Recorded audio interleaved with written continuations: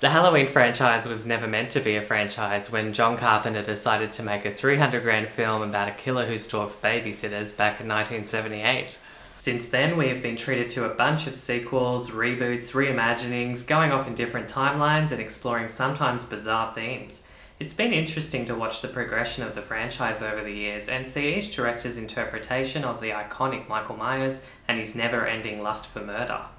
Much like the 007 franchise can be looked at in how action films have changed and progressed over the years, Halloween tells a similar story with the progression of horror and the slasher films we have seen since the late 70s. And each entry definitely speaks to the point of time when it was made and what kind of movie horror fans themselves were arguably lusting for in their popcorn-riddled, choc-top stained cinema seats. Of all the iconic slasher franchises, Halloween would probably be my favourite, where knockoff successors, most notably Jason and the Friday franchise, found their footing providing over-the-top kills and sexy young things getting up to no good, which was a formula modelled by Carpenter's original. The Halloween films, for the most part, kept the tone far less silly than its rivals, focusing on the suspense, the characters, and the bleakness of survival up against a silent, neutral-faced, cold-blooded killer.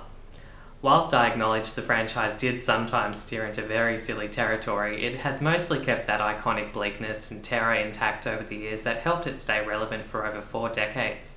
The iconic theme by John Carpenter is also, in my opinion, an enormous factor to its success. It still gives me chills, and it's so effective in stamping the tension that the series is famous for. So today I'll be ranking the Halloween franchise from least greatest to greatest. So I'll be ranking the Michael films in the series, so no Season of the Witch, sorry to all the Halloween 3 fans out there. But I consider it a standalone film and feel it's not right to rank it with the Myers movies. For Halloween 3 fans, check out the video I made about Season of the Witch in my channel. I also won't be including Halloween Kills on this list as I haven't seen it as of recording this video, but I'm really excited to see it after the really long wait. And finally, remember these are my own opinions and not a definitive list. I'll be ranking the films on how scary I found them, how much I liked the characters, how memorable the kills are, and simply how much I enjoyed it and was entertained. So without further ado, here's my ranking of the Michael Myers Halloween films.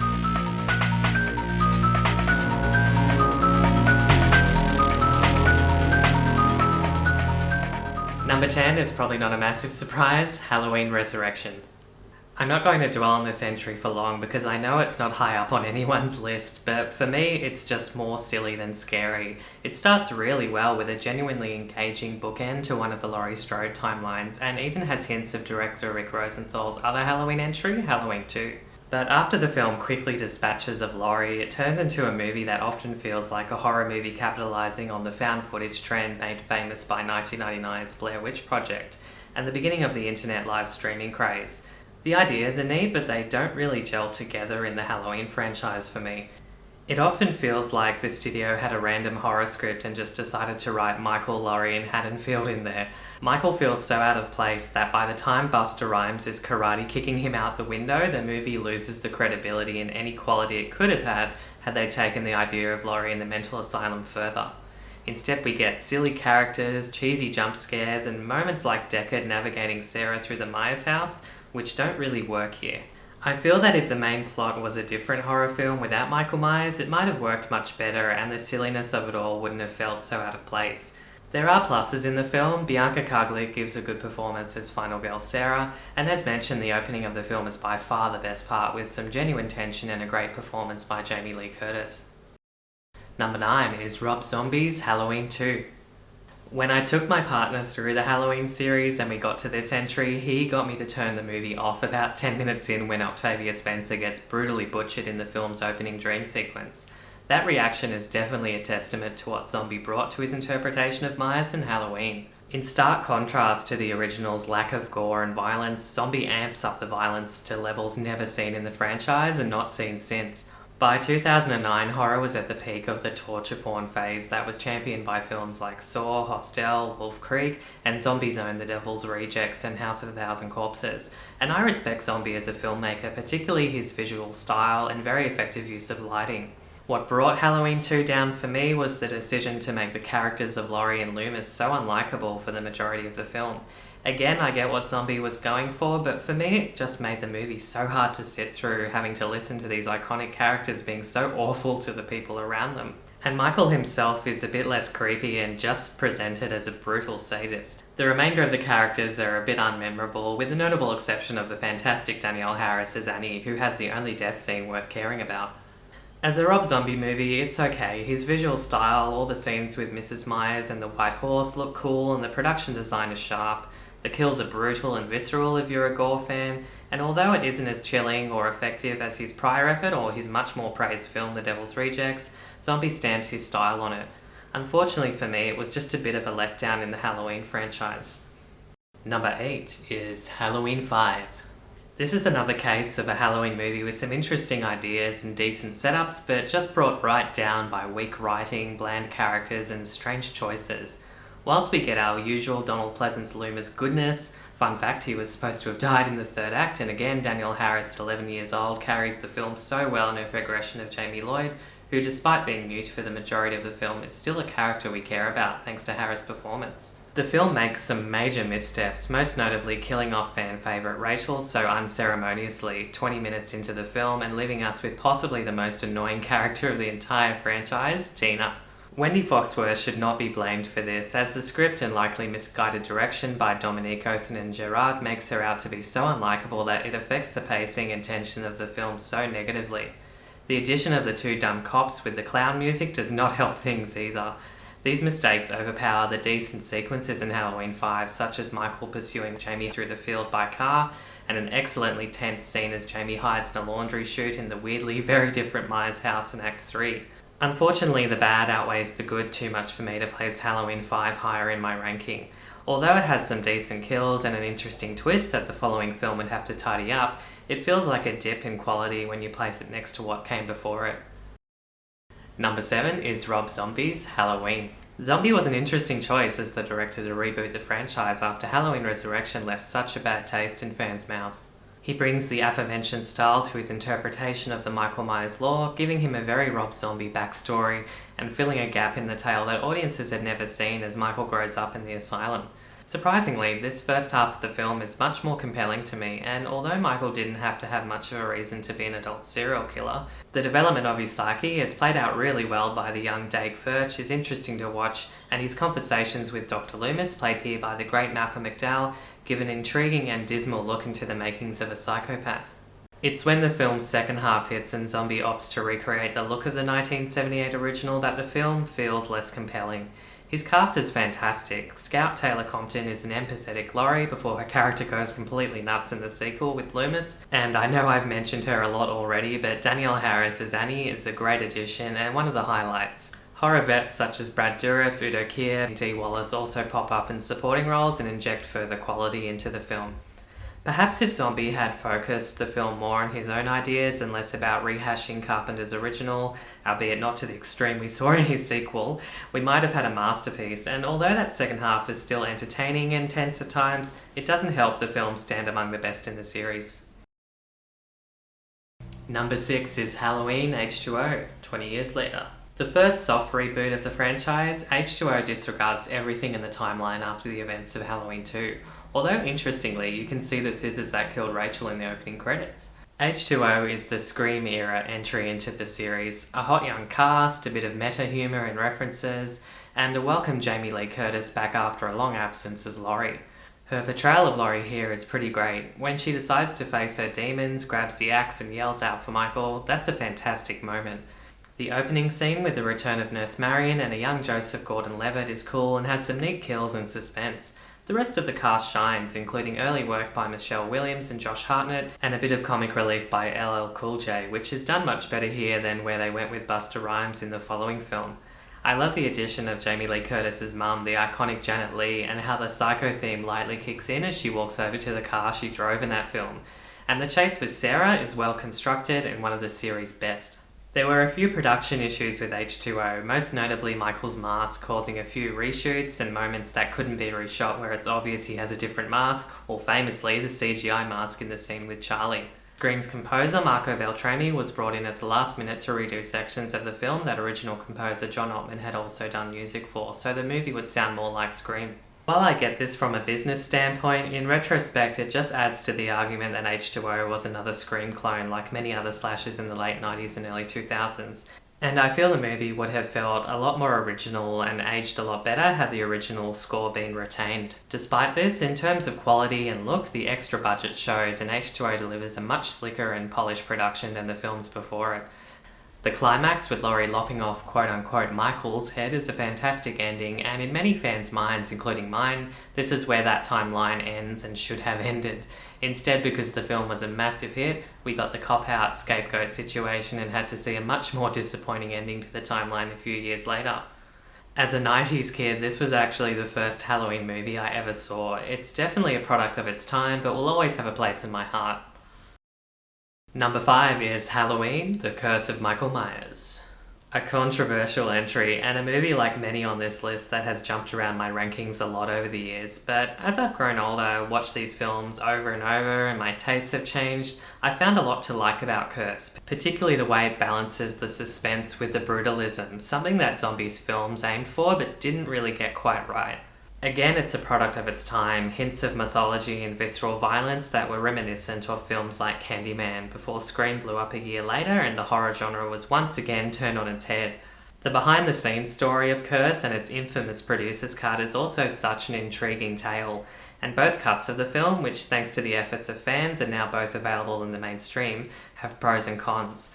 The producer's cut, less violent, more coherent story and character development, and the theatrical cut, faster pace, less culty and amping up the violence big time. We get to see Donald Pleasance as Loomis one last time, Paul Rudd in his debut feature film performance as the grown-up Tommy Doyle, and he's great and of course looks exactly the same then as he does now. Marianne Hagan as Karen is a strong and compelling final girl, and although it's a huge shame that Danielle Harris isn't back as Jamie because the production refused to pay her what she deserved, JC Brandy does an excellent job in that tense opening sequence. Curse had a lot of cleaning up to do with the ideas that were introduced in Halloween 5, but it does it pretty well. Connecting Dr. Wynn from the original movie with the Thorn Cult is a cool idea, and although I wish Jamie would have had a better send-off, her death is one of the most brutal in the series, along with many other excellent kills in this entry that were mostly reshot for the theatrical cut. That scene in the climax of the theatrical cut where Michael takes out all the doctors with the strobe lighting is just insane.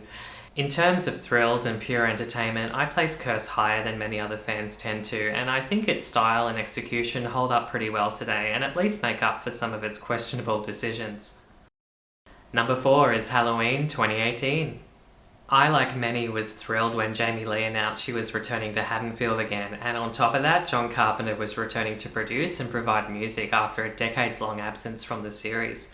Halloween 2018 once again creates a new timeline that disregards everything after the events of the original film, meaning the sibling relationship between Laurie and Michael and the Thorn Cult was all voided. A sensible decision by director David Gordon Green and co-writers Danny McBride and Jeff Bradley. Watching the film, you can recognise quite easily that these guys are massive fans of the series. The film contains multiple callbacks and references to the series, and the look of it is arguably the closest that any sequel has come to the first few original Halloweens. The scares and the tension building is great, the kills are clever but not overly violent, and Jamie Lee gives a fantastic lead performance. The development of Laurie in this timeline is pragmatic, touching on mental health and addiction issues with PTSD, but also a very relevant sense of paranoia and disillusionment. The rest of the cast is fantastic, and the excellent screenplay is both clever and creates an interesting and compelling relationship between the triple generation of women and their attitudes in relation to Michael Myers and his impact on their family in town. And yes, having Carpenter back to score the film was a masterstroke and an awesome hit of nostalgia. Not only does Halloween 2018 feel like a classic Halloween, it also sounds like one.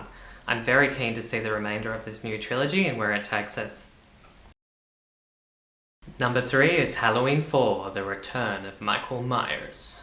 Return brings Michael back in entertaining style after a few years' absence. When you compare this entry both to the sequels that followed it and also to the other horror slashers that were being released at the time, the quality of the film starts out brighter than The Lighthouse in the Fog. It's atmospheric, scary, has some tense chases and action scenes like that awesome climax on the Utes in the third act, and a fantastic cast led by series icons Donald Pleasance, who as always brings class and experience to Dr. Loomis, particularly in that chilling twist ending, and of course the great Danielle Harris, a very talented child actor who immerses herself into the character of Jamie and really makes us believe in her fear and confusion, and most notably her grief for the loss of her mother and her unfortunate position as Michael's niece, making her both the target of Michael himself and her school bullies. Jamie's relationship with her adopted family, particularly her sister Rachel, played by fan favourite Ellie Cornell, again makes the twist ending all the more shocking and impactful. And the scenes in which Michael is pursuing them, such as that fantastic scene on the house roof, all the more suspenseful. Return, like Curse, also went through reshoots to amp up the violence, but it's never too visceral and complements the story and suspense rather than overtake it.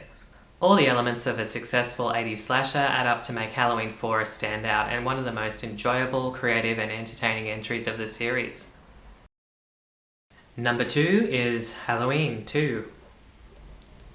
The first sequel to the classic original begins immediately from where the original ended, and we continue to follow Michael's rampage through Haddonfield and eventually the hospital where Laurie has been taken, and where apparently there's a very small amount of patients and staff on Halloween night. Director Rick Rosenthal takes the reins from John Carpenter, although Carpenter returns to provide the music and did reshoot some scenes himself. I actually love the style of the Halloween theme in this film, and it's my favourite version of it. The organ element to the theme gives it a chillingly gothic punch, and it amps up the tension by a few notches. Although Laurie has very few lines of dialogue in the sequel, Jamie Lee Curtis still makes her as compelling as ever, and we still feel empathetic and care about the character.